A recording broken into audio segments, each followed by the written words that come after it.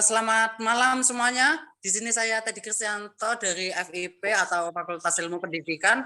Di sini saya akan memandu kalian dalam kelompok Saum Laki tentang bagaimana kita membahas tentang kekerasan seksual. Dan kekerasan seksual apa sih itu? Dan kita akan melihat dengan pengertian penyebab, dampak, contoh, pencegahan, dan kritik dan saran yang akan sangat berguna bagi wawasan kita tentang kekerasan seksual.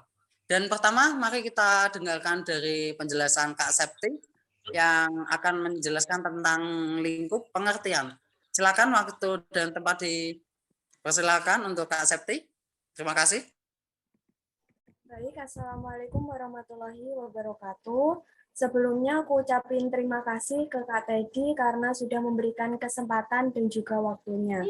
Perkenalkan, nama aku Septina Praditya Malik dari jurusan Kimia, Fakultas Matematika dan Ilmu Pengetahuan Alam. Nah, pada kesempatan kali ini aku mau memberikan opini aku tentang pengertian dari kekerasan seksual. Oke teman-teman, seperti yang kita tahu, kalau kekerasan seksual itu kan terdiri dari dua kata ya, yaitu dari kata kekerasan dan juga seksual. Nah, untuk kekerasan itu dapat diartikan sebagai suatu tindakan yang bertujuan untuk melukai, menyakiti, ataupun mencederai orang lain. Sedangkan untuk itu sendiri biasanya sering dikaitkan ataupun dihubungkan dengan organ intim dari seseorang. Jadi, kekerasan seksual dapat diartikan sebagai setiap tindakan, baik berupa perbuatan maupun ucapan, yang dilakukan oleh seseorang untuk menguasai ataupun memanipulasi orang lain, serta membuat orang lain tersebut terlibat dalam suatu aktivitas seksual yang tidak dikehendaki. Jadi demikian teman-teman opini aku tentang pengertian dari kekerasan seksual. Apabila ada kesalahan, aku mohon maaf. Dan wassalamualaikum warahmatullahi wabarakatuh. Selanjutnya aku kembalikan ke moderator. Oke, terima kasih Kak Septi untuk penjelasannya. Dan yang kedua kita akan membahas tentang pengertian lagi, dan itu adalah aku sendiri sebagai moderator. Dan di sini saya akan menjelaskan tentang pengertian dari kekerasan seksual. Dan apa sih kekerasan seksual itu? Dan mari saya akan bacakan yang ya teman-teman. Jadi kekerasan seksual itu menurut saya sendiri adalah tindakan yang dimana memaksa korban untuk dipegang dan juga ataupun semacam itu, yang dimana dilakukan dengan cara pemaksaan, dan meskipun tanpa paksaan pun itu tetap saja tidak boleh teman-teman. Dan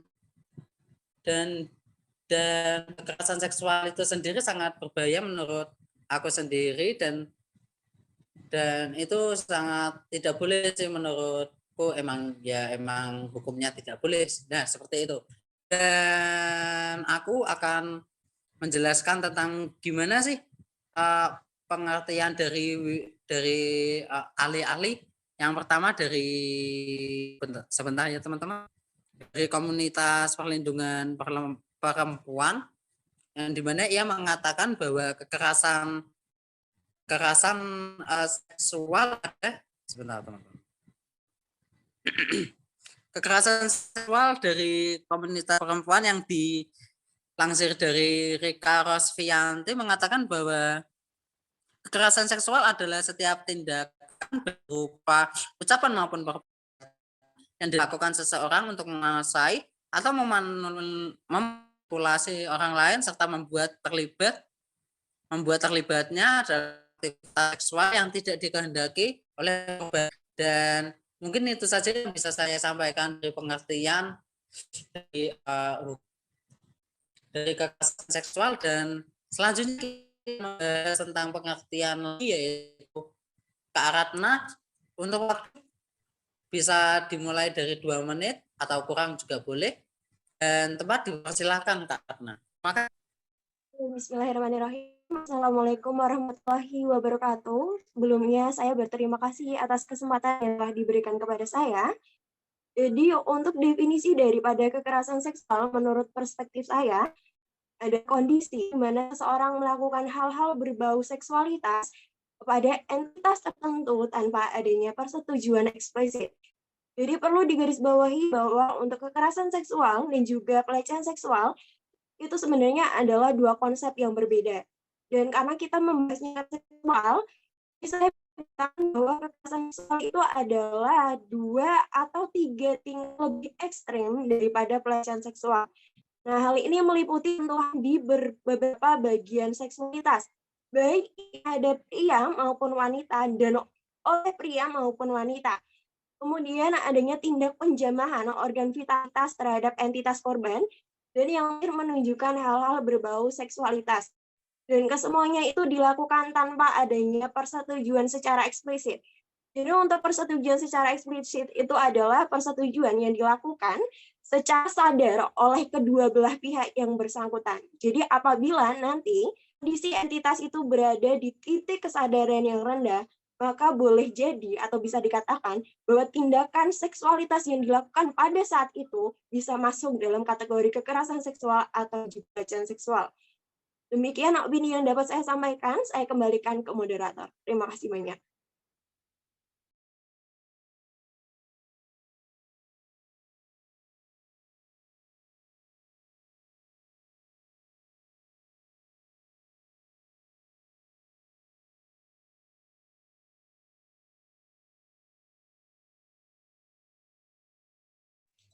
Maaf Kak, Permisi. mikrofonnya Maaf, Bapak.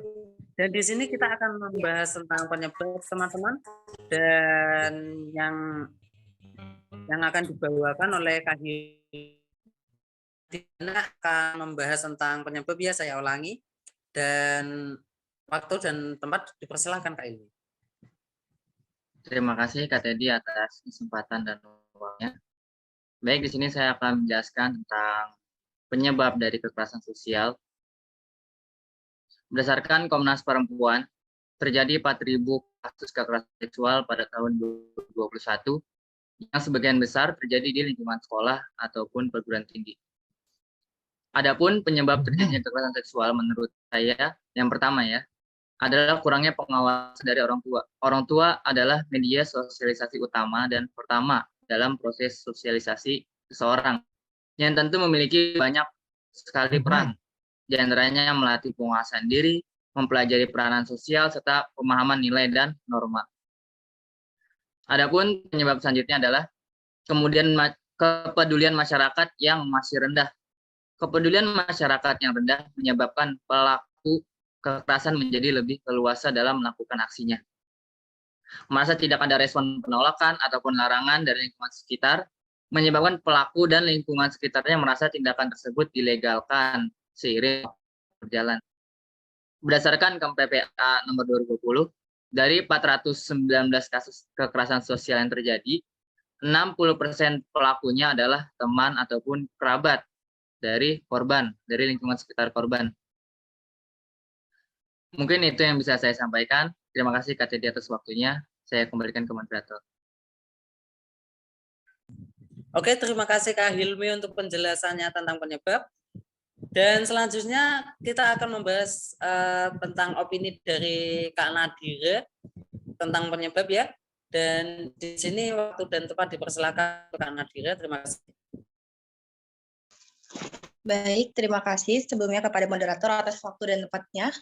Sebelumnya, Assalamualaikum warahmatullahi wabarakatuh. Perkenalkan, nama saya Nadira Hendra Prasetya dari Fakultas Ilmu Keolahragaan. Di sini saya akan menyampaikan opini saya tentang penyebab dari terjadinya kekerasan seksual. Yang pertama itu adalah biasanya karena korban mudah ditaklukkan. Yang kedua itu, pelaku memiliki otoritas atas korban. Kalau bisa diambil contoh itu biasanya atasan yang melakukan kekerasan seksual kepada bawahannya. Yang ketiga itu pernah menyaksikan kekerasan seksual saat masih kecil. Jadi hal tersebut terekam di memorinya sehingga dia ingin melakukan hal tersebut saat sudah dewasa. Yang keempat yaitu memiliki fantasi seksual yang tinggi, dan yang kelima adalah memiliki hasrat yang tinggi. Tetapi sayangnya hasrat ini tidak bisa tersalurkan dengan baik. Mungkin segitu aja pendapatku tentang penyebab dari terjadinya kekerasan seksual. Waktu dan tempat saya kembalikan kepada moderator. Oke, terima kasih Kak Nadira untuk penjelasannya tentang penyebab. Dan selanjutnya teman-teman kita akan membahas tentang penyebab lagi karena ini masih dalam lingkup penyebab. Dan kita akan mendengarkan tentang opini dari Kak Norma Yosinta. Terima kasih untuk Kak Norma Yosinta untuk waktu dan tempat. Dan dipersilakan.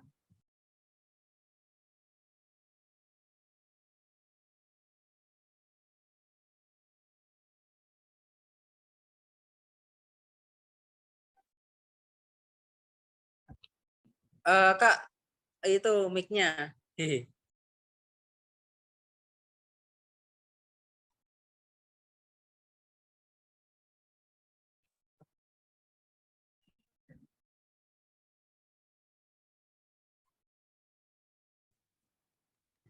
Kalau misalnya kesusahan, nah keluar sih. Nah, thanks.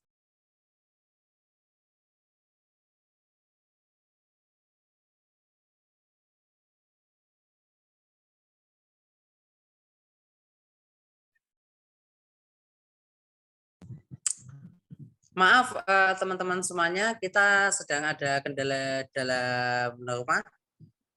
Mungkin tunggu sebentar teman-teman. Oke. Jadi agak molor. Maaf ya.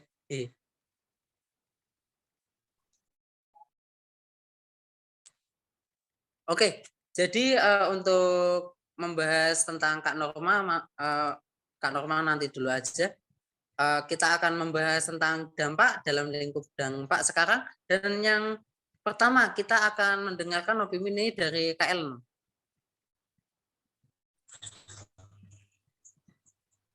Oke, terima kasih Kak Ellen. Waktu dan tempat dipersilakan Kak Ellen.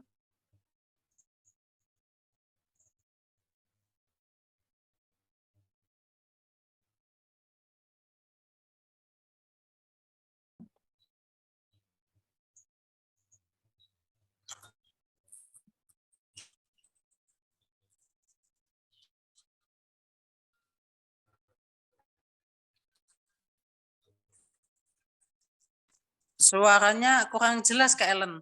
Tolong kalau misal kurang jelas itu videonya tolong dimatikan aja nggak apa-apa. Baik, terima kasih kepada moderator. Oke. Perkenalkan nama saya korbannya. Dampak pelecehan seksual terhadap psikis korbannya tidak main-main. Tidak sedikit dari mereka yang mengalami trauma.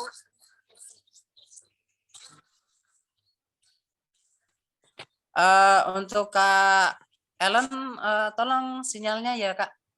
Tolong cari dulu nggak apa-apa kok. Ditungguin. Oke.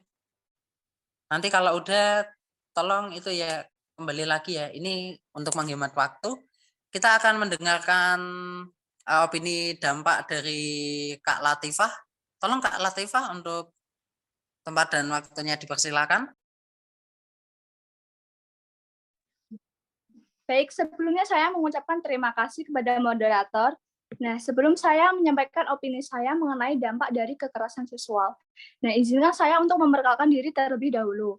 Nah, perkenalkan nama saya Latifah Al-Karimah dari Prodi Ilmu Hukum Fakultas Hukum Universitas Negeri Semarang. Nah, baik, saya akan memberi opini saya mengenai apa saja sih dampak dari kekerasan seksual. Nah, jadi tindakan diskriminasi atau kekerasan seksual dapat menyebabkan depresi kepada korban. Korban yang mengalami pelecehan seksual biasanya mengalami trauma berat yang menyebabkan gangguan stres pasca trauma. Gangguan ini membuat korban memiliki rasa takut, cemas, stres yang berlebihan, disosiatif, atau menjauhkan diri dari lingkungan. Bisa disebut juga introvert.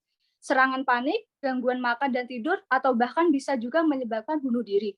Nah, jadi kurang lebihnya dampaknya sangat fatal ya bagi korban dari kekerasan seksual tersebut. Nah, kurang lebihnya begitu mengenai opini saya tentang dampak kekerasan seksual. Terima kasih.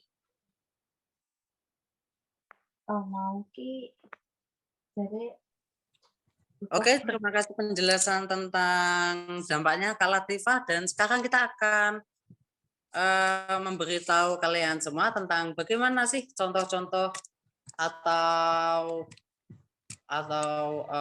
ya contoh-contoh sih, contoh-contoh nyata apa yang bisa dilihat dari kekerasan seksual agar kita bisa berhati-hati untuk tidak main-main dengan kekerasan seksual gitu loh. Dan yang pertama adalah Kak Nadia. Untuk Kak Nadia,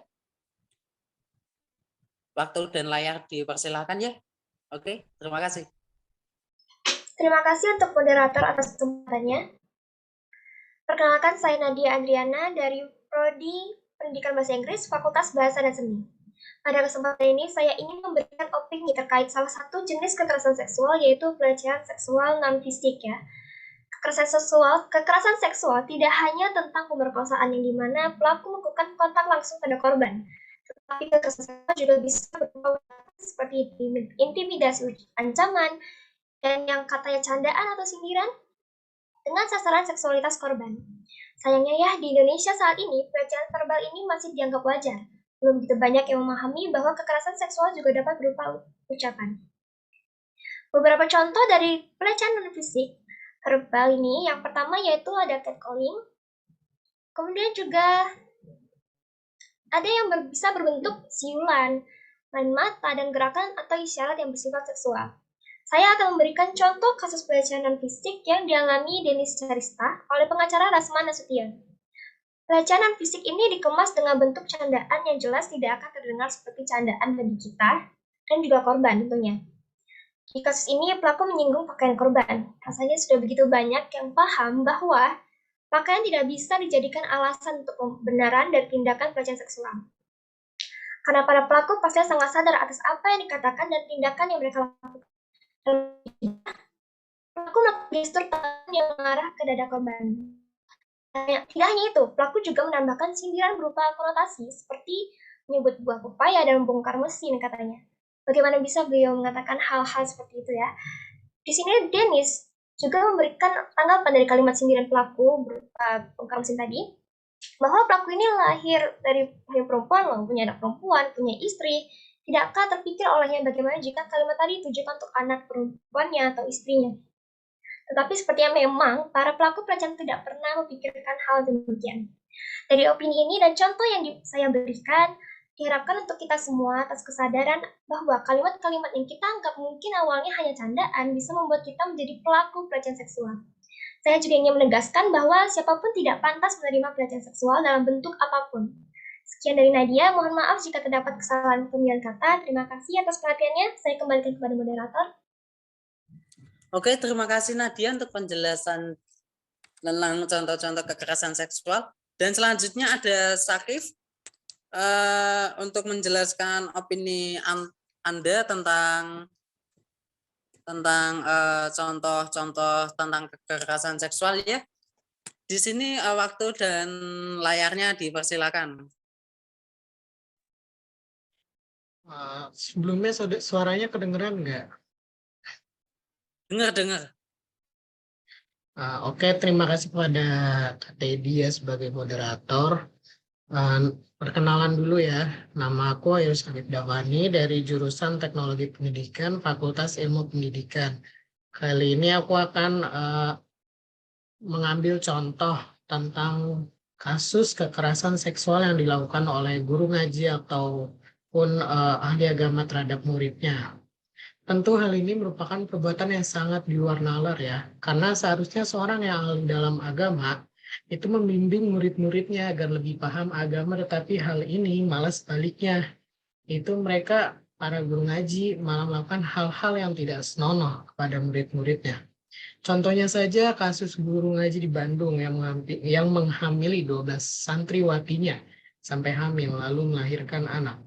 Kemudian hasil anak tersebut dijadikan untuk bisnis, yaitu bisnis seperti anak yatim ataupun duafa ya, yang dimana hal tersebut sangat miris sekali atau sangat tidak senonoh. Perbuatan tersebut juga banyak dikecam oleh orang-orang karena sudah jelas itu perbuatan yang sangat salah dan mendapatkan dosa yang sangat besar. Apalagi kalau kita memiliki ilmu agama yang sangat luas, harusnya kita menggunakannya dengan sebaik-baiknya untuk menolong orang. Jangan sampai kita melakukan perbuatan yang tidak senonoh seperti yang contoh di atas. Mungkin kita juga harus bisa menjaga anggota tubuh kita agar tidak melakukan kekerasan seksual ataupun menjadi korban kekerasan seksual, dan selalu membela diri ya. Mungkin cukup sekian dari saya kembalikan ke moderator. Terima kasih. Oke, terima kasih untuk Kak Sakif ya tentang contoh-contohnya, dan selanjutnya untuk Kak Salsabila untuk memberikan opini tentang contoh-contoh kekerasan seksual. Waktu dan layak dipersilakan, Kak. Terima kasih banyak untuk moderator atas waktunya. Halo semuanya, saya Salsabila Balkis Aliatumuna dari Prodi Pendidikan Bahasa Inggris, Fakultas Bahasa dan Seni. Di sini aku mau kasih contoh sedikit tentang kekerasan seksual yang terjadi di masyarakat, khususnya kekerasan seksual yang terjadi pada laki-laki atau lelaki dewasa. Sebenarnya hal ini cukup tabu di masyarakat kita. Stigma toxic masculinity yang ada di masyarakat menyebabkan masyarakat menjadi yakin bahwa laki-laki tidak akan mengalami kekerasan seksual karena mereka dianggap kuat untuk melawan sang pelaku seksual. Jika diteliti, ada beberapa kasus yang sempat ramai diperbincangkan di masyarakat. Salah satunya adalah kasus Reinhard Sinaga, yang seorang pria yang melakukan kekerasan seksual terhadap 48 korban pria dalam kurun waktu 2,5 tahun. Nah, ia melakukan perbuatan tersebut dengan cara merayu dan memberikan obat bius untuk melumpuhkan korban. Lalu, jika sudah begini, bagaimana sang korban dapat menyelamatkan diri? Para korban yang ada mengalami trauma yang sangat mendalam, dan tidak sedikit dari mereka yang memikirkan untuk bunuh diri karena perbuatan kejinya. Maka dari itu, menurut saya, kekerasan seksual itu dapat terjadi kepada siapapun dan tidak terbatas oleh gender yang ada. Dan masyarakat Indonesia harus tetap waspada dan sedikit memberikan perhatian lebih terhadap kekerasan seksual yang terjadi kepada laki-laki dan tidak mengabaikan kasus ini. Sekian opini dari saya. Terima kasih banyak. Saya kembalikan ke moderator. Oke, terima kasih untuk Kak Salsabila. Di sini aku ingin beritahu kepada teman-teman yang sedang melihat, untuk Kak Agung, kalau misal, ya udah nggak jadi. Maaf teman-teman mengganggu aktivitasnya. Yang pertama kita akan membahas tentang pencegahan ya lingkupnya. Yang pertama adalah Kak Agung untuk membahas tentang tentang pencegahan kekerasan seksual. Waktu dan tempat dipersilakan Kak Agung.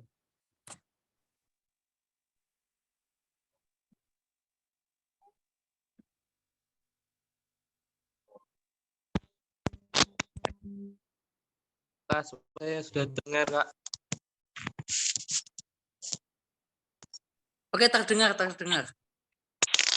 Baik, saya mulai. Assalamualaikum warahmatullahi wabarakatuh.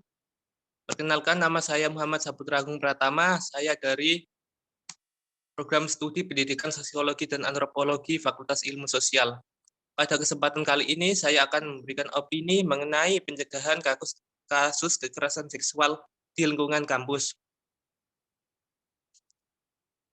Kasus kekerasan seksual ini sudah didasari oleh Peraturan Kemendikbudristek Nomor 30 Tahun 2021 yang di dalamnya mengenai sanksi bagi pelaku pelecehan seksual, upaya pendampingan, perlindungan, pemulihan bagi korban.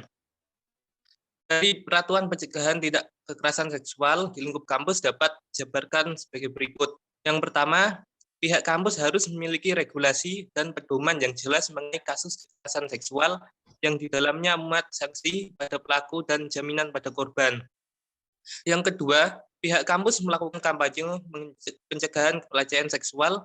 Hal tersebut dimaksudkan untuk memberikan sosialisasi kepada para sivitas akademika agar tidak terjadi tindak pelecehan seksual. Pihak kampus dapat bekerja sama dengan organisasi kemahasiswaan. Dengan adanya kerjasama diharapkan bisa menyerap aspirasi mahasiswa terkait isu kekerasan seksual. Selanjutnya, yang ketiga, pihak kampus menyediakan layanan laporan dan pendampingan. Hal ini akan mempermudah korban untuk memperoleh keadilan dalam kasusnya. Dengan terpenuhinya hak keadilan dapat meminimalisir terjadinya gangguan mental pada korban. Pendampingan juga perlu dilakukan seperti pihak kampus menyediakan ahli psikologi untuk memberikan arahan kepada pelaku agar tidak mengulangi hal tersebut.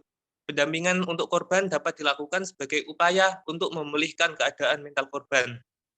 Yang terakhir, pihak kampus menyediakan jaminan sosial berupa dana untuk pengobatan penggantian kerugian baik fisik maupun non-fisik pada korban kekerasan seksual. Demikian yang dapat saya sampaikan, kurang lebihnya minta maaf. Assalamualaikum warahmatullahi wabarakatuh. Saya kembalikan kepada moderator. Oke, terima kasih untuk Kak Agung. Dan yang kedua, kita akan membahas tentang pencegahan lagi, teman-teman. Yang dimana kita akan membahas tentang pencegahan kekerasan seksual ini. Yang dimana akan disampaikan oleh Kak Uswatun. Mohon tempat dan waktunya tempat dan layarnya dipersilahkan, Kak. Maaf. Baik, terima kasih kepada moderator. Perkenalkan, nama saya Uswatun Hasana dari jurusan Pendidikan Guru Sekolah Dasar Fakultas Ilmu Pendidikan. Kasus kekerasan seksual seakan tidak ada habisnya. Hampir setiap hari kita mendengarkan kasus tersebut di media sosial atau di surat kabar. Oleh karena itu, upaya pencegahan kekerasan seksual perlu dilakukan. Beberapa contoh pencegahan secara umum. 1.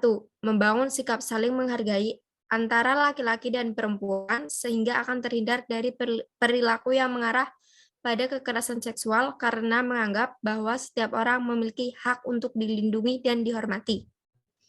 2. Pembuat kebijakan pun harus segera menjadikan pendidikan seks sebagai suatu pelajaran wajib karena dapat dilihat bahwa masih maraknya kasus kekerasan seksual. Dengan adanya pendidikan seks ini, maka akan membentuk suatu pemahaman yang sama akan bahaya dan dampak yang ditimbulkan dari kekerasan seksual. 3. Orang tua pun harus memperhatikan pergaulan anak agar terhindar dari kemungkinan melakukan atau menjadi korban kekerasan seksual dan memberikan pemahaman mengenai cara menghormati orang lain dan tidak melakukan tindakan yang berkaitan dengan kekerasan seksual. Adapun pencegahan yang dapat kita terapkan. 1. Jangan percaya penuh kepada orang. 2. Bersikap tegas.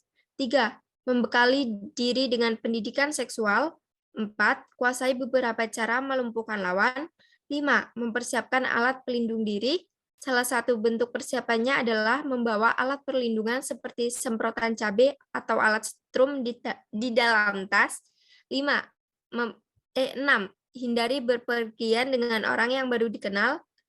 Sekian yang dapat saya sampaikan. Semoga dapat bermanfaat bagi kita semua dan mohon maaf apabila ada salah kata. Saya kembalikan ke moderator. Baik, Kak. Terima kasih untuk penjelasannya, Kak Salsabila. Dan untuk kali ini Kak Norma Yusinta sudah mulai bisa mengerjakan, apakah betul, Kak? Iya, Kak, bisa. Untuk suaranya tolong. Kedengeran nggak? Kedengeran. Tolong lebih lagi, Kak. Halo? Oke, nggak apa-apa. Nggak apa ya. Oke. Baik, terima kasih kepada Kak Teddy selaku moderator.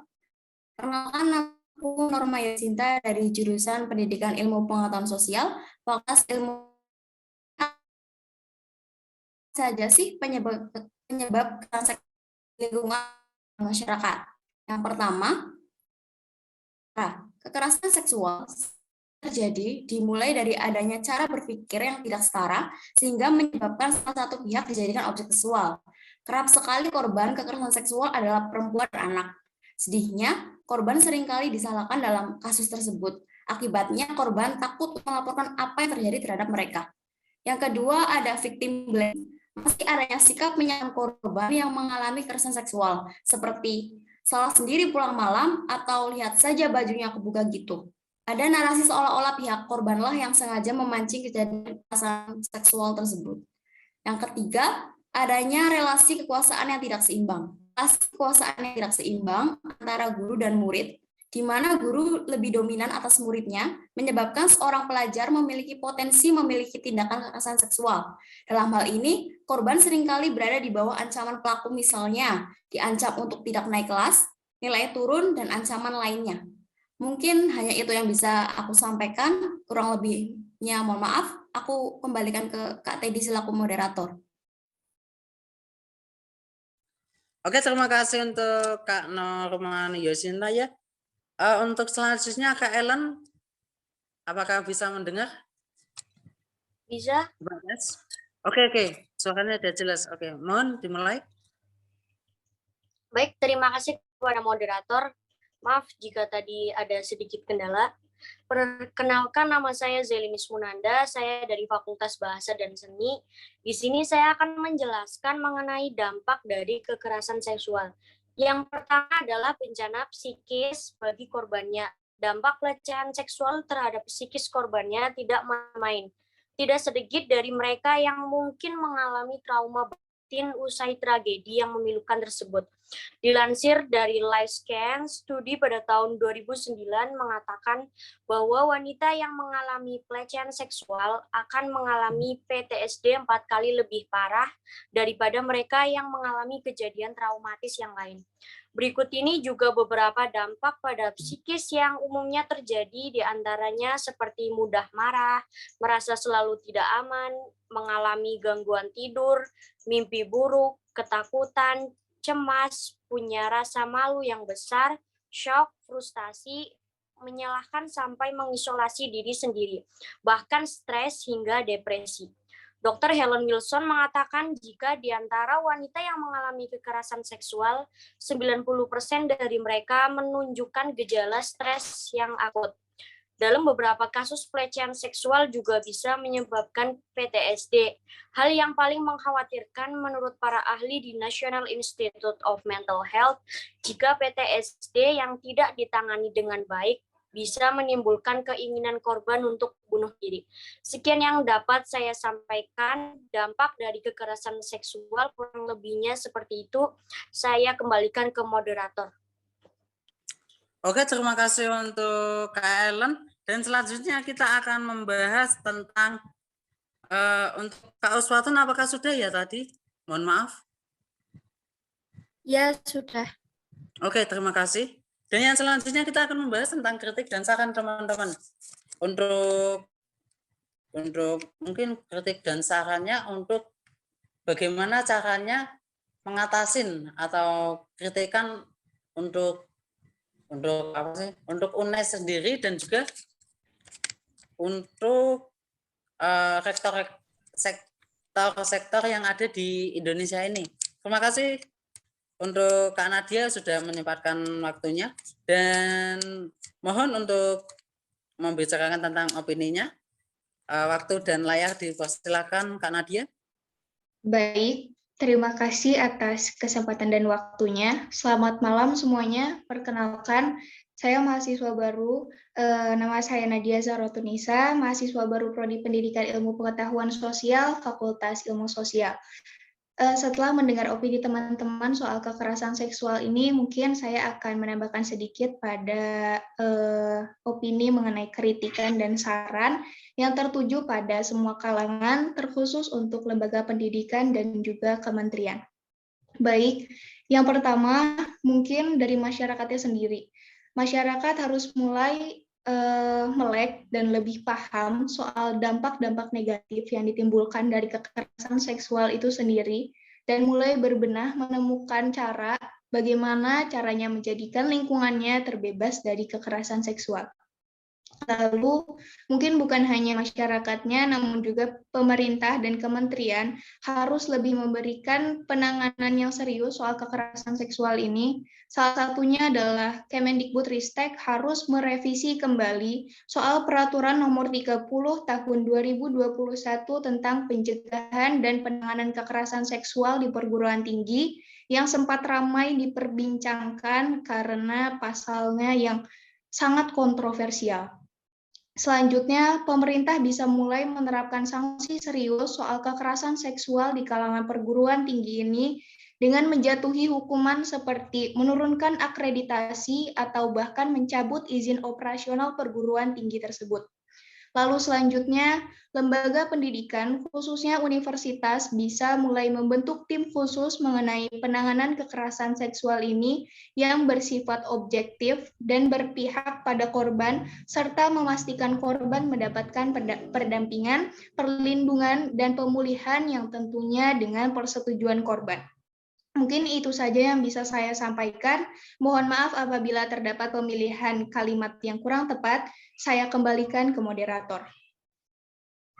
Oke, terima kasih Kak Nadia untuk penjelasan kritik dan sarannya. Dan selanjutnya kita akan mendengarkan opini dari Kak Ana, yang dimana akan membahas tentang kritik dan saran.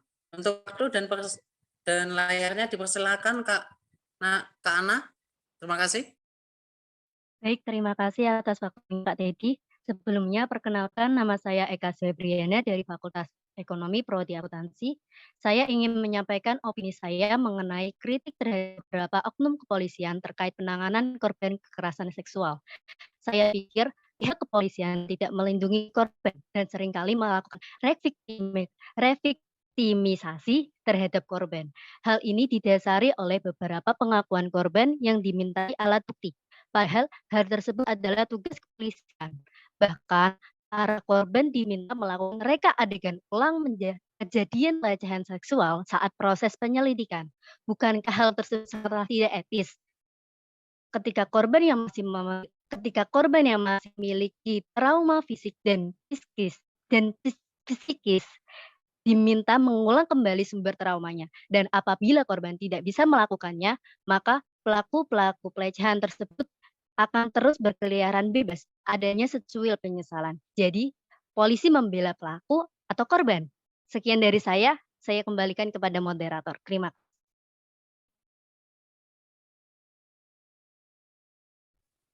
Oke, terima kasih untuk waktunya Kak Ana, dan sampai di sini kita sudah sampai ke penghujung acara, dan semua teman-teman yang ada di sini sudah menyampaikan opininya. Dan untuk penutupan saya ucapkan minta maaf sebesar-besarnya dan juga mewakili teman-teman yang sudah memberikan opini. Maaf juga sudah salah kata dan juga masih ada kekurangan yang ada dalam diri kita, dan mohon dimaklumi. Dan selamat malam. Assalamualaikum warahmatullahi wabarakatuh. Salam sejahtera, Om Swastiastu, dan Namo Buddhaya.